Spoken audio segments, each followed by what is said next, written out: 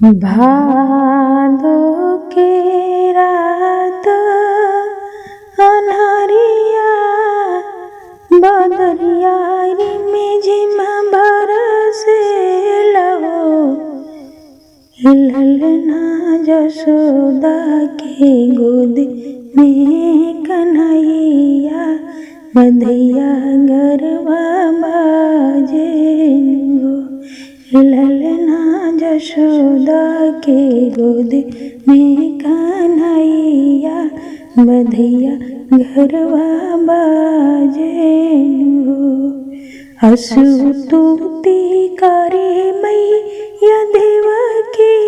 मनाई मानसो चेली हो ललना प्रभु जी लियाल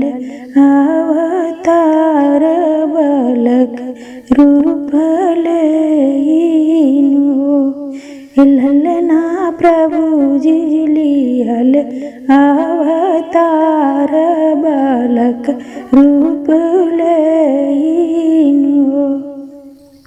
बाबा हो बाबा सुनाओ मैया देवकी नो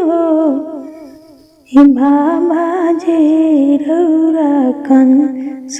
के डरवा यशोदा गरवा पहुँचाओ बाबा जे रौरा कंस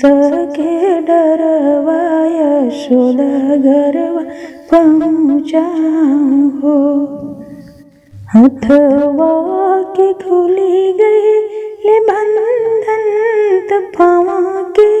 जंजीरिया हो ललना खुली गई ले बाती सो दुआर पहरू सब सोई रही हो ललना खुली गई ले बाती सो दुआर पहरू लोग सोई गईले हो वासुदेव कृष्ण के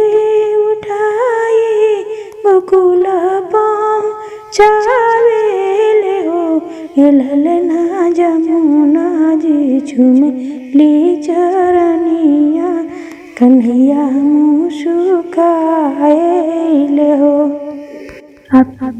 सभी को मेरा गाना पसंद है तो मेरे गाने को लाइक करें, शेयर करें और मेरे चैनल को सब्सक्राइब करें।